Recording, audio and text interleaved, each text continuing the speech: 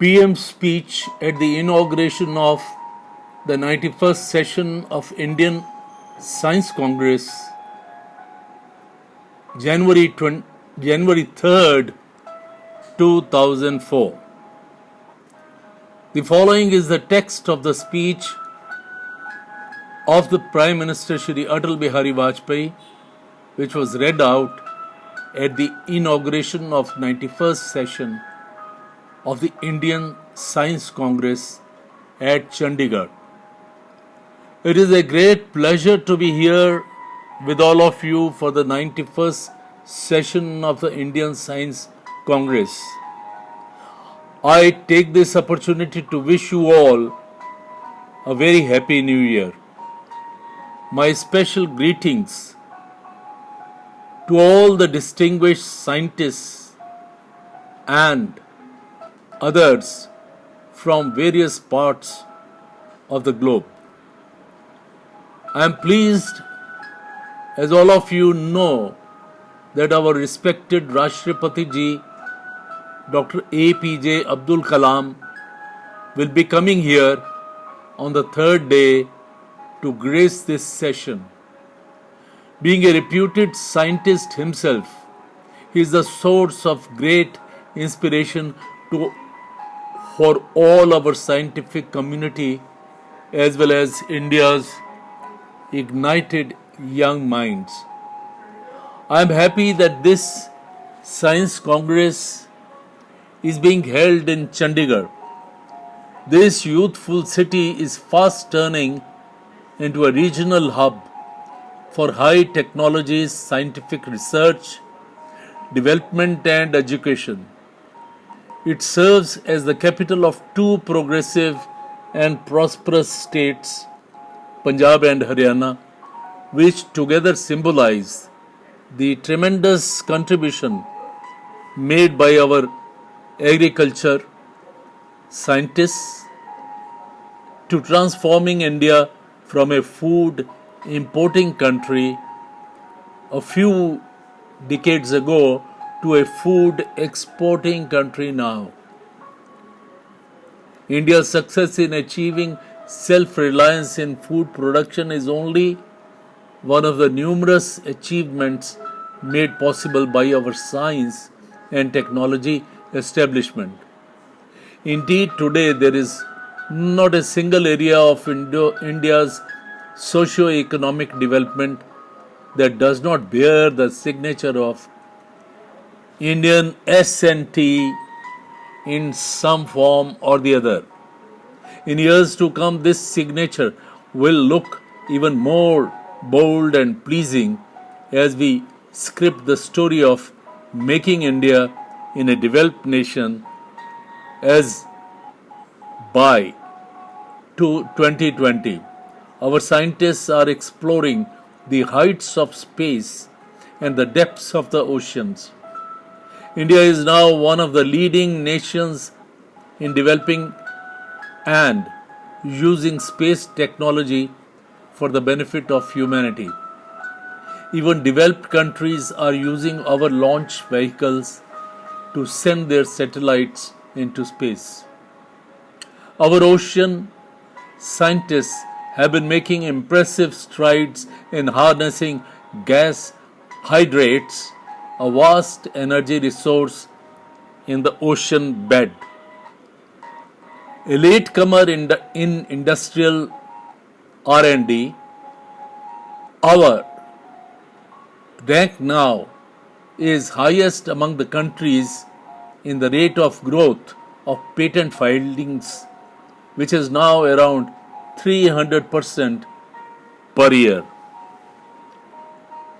In this context, the Council of Scientific and Industrial Research, CSIR, has done India proud by securing, under the Patents Cooperation Treaty number 1, position as the highest filer of patents from all the developing countries, including South Korea, China, and Brazil. We want to make India a place that can be relied all over the world for competence. We can compete with the best in the world in terms of generation of intellectual property and its commercialization on the sound business principles. The results of our R&D in the medical and pharmaceutical fields are attracting international attention and acclaim. Indian companies are providing low-cost drugs to fight HIV/AIDS in Africa. There was a time not very long ago when Indian pharma industry survived mainly by working on known molecules. Now nearly a dozen Indian companies are inventing their own molecules. They are recruiting hundreds of PhDs. Indeed, their complaint is that there is a short supply of PhDs with the right skills in India. India's progress in biotechnology shows how quickly we are matching the global standards of excellence in a frontier area of science. For this, I compliment the Department of Biotechnology and our many dynamic Indian biotechnology companies which are poised to rise the bio-industrial revolution now on the anvil. India is also actively helping other developing countries in this area. I have recently inaugurated with the President of Syria a national biotechnology center in Damascus. I am going to Islamabad today to take part in the SAARC summit. I shall discuss with my counterparts how we can expand regional cooperation in diverse areas of science and technology for mutual benefit. The spirit of innovation and excellence is now spreading to so many other areas as well, notably in automobiles and auto components. 5 decades ago, it was a British car, Morris Oxford, which was sold as Indian ambassador on the roads. Today, we see a role reversal. It is an Indian car, Indica, which is sold as City Rover on British roads. Undoubtedly, India's most visible success in recent years has been in the field of information technology. The success lies not only in readily and steadily rising software exports but also in the rapidly growing opportunities in outsourcing of services. Here again, it is not just the low value and low skill services that we are coming up with. Rather, India is rapidly working on and emerging as a hub for development and of cutting edge technologies by reputed multinational companies. I have chosen to highlight some of these developments just to underscore the point that India and S&T establishment are no longer what they were 10-15 years ago. The scale of achievement has completely changed. The level of self-confidence has sharply risen. The situation presents two distinctive features which were previously absent. First, a strong alliance moving on the four wheels of science, technology, business and government has been put in place. This has greatly toughened the competitive muscle of the Indian economy and has improved service delivery in the social sector. We'll have to constantly strengthen this alliance to meet the challenge of the present and the future. The second change is equally striking. Unlike in the past, top-notch Indian scientists and technology developments are no longer of the view that they can produce high quality work only by going out of India.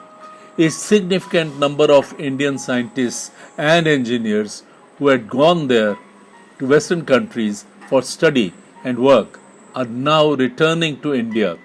This is because attractive opportunities for challenging R&D activities are being created here. Some observers have described this phenomena as from brain drain to brain gain. One can be sure that such opportunities will vastly grow in number and variety in the years to come. I therefore urge our universities, other academic institutions, research laboratories, and public and private sector industry to take up enrichment of the India's human resources in S&T as urgently as they can as an urgent national mission. We should also devise a plan to incentivize world-class scientific talent of Indian origin to return to India in significant numbers and earn international laurels by working in our research institutions. There is much to feel good about the recent achievements of India and her S&T establishments. Nevertheless, we simply cannot ignore the daunting challenge that will still confront us. These challenges are well known. It is also well known that the nation expects effective science and technology inputs for overcoming these challenges. For example, scarcity of water has become a serious issue in several parts of the country. I would like that our S&T establishment to develop a low cost and easy to handle technology for water conservation and recycling. We should also find ways of making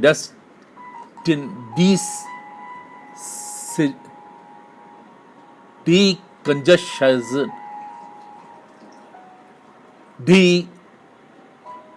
desalination,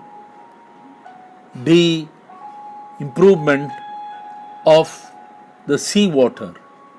Seawater can be a great source of water only if we find some system for desalination of the seawater and making it more accessible, more common, and economical.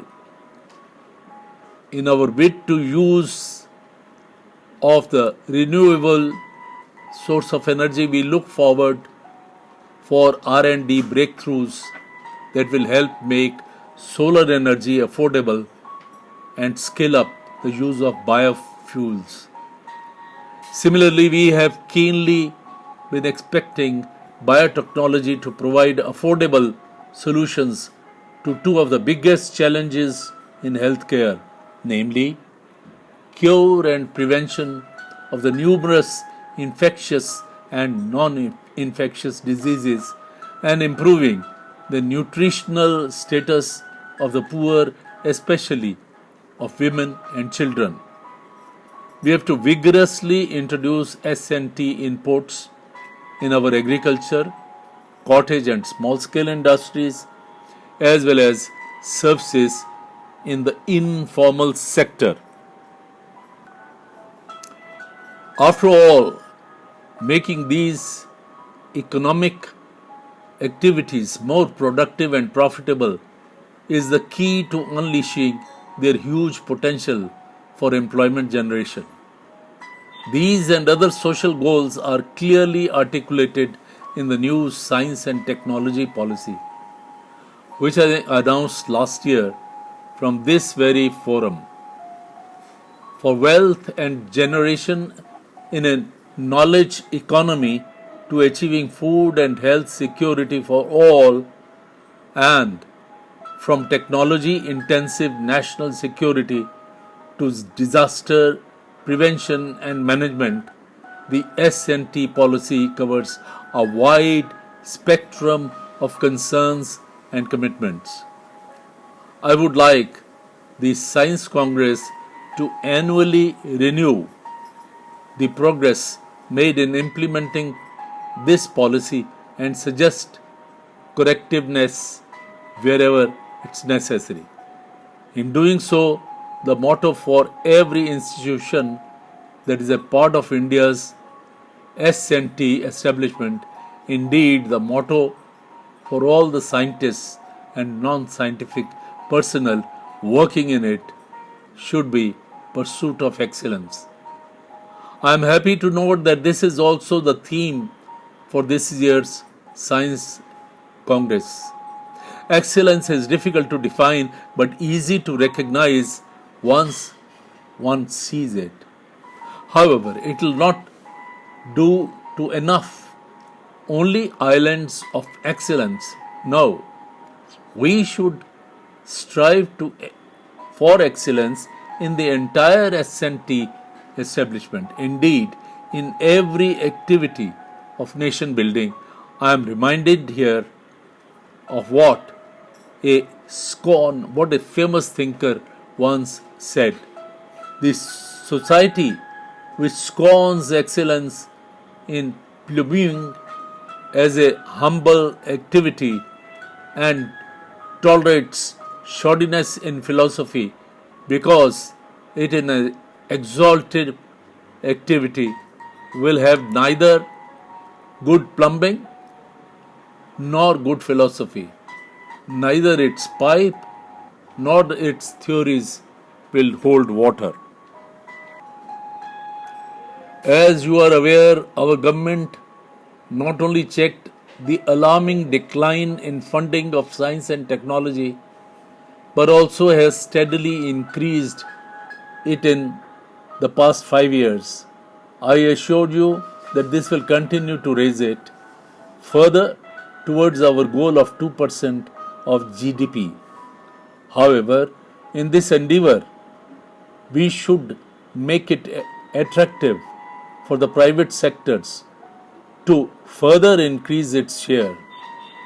For this, we should encourage public-private partnership in the widest range of scientific programs and projects.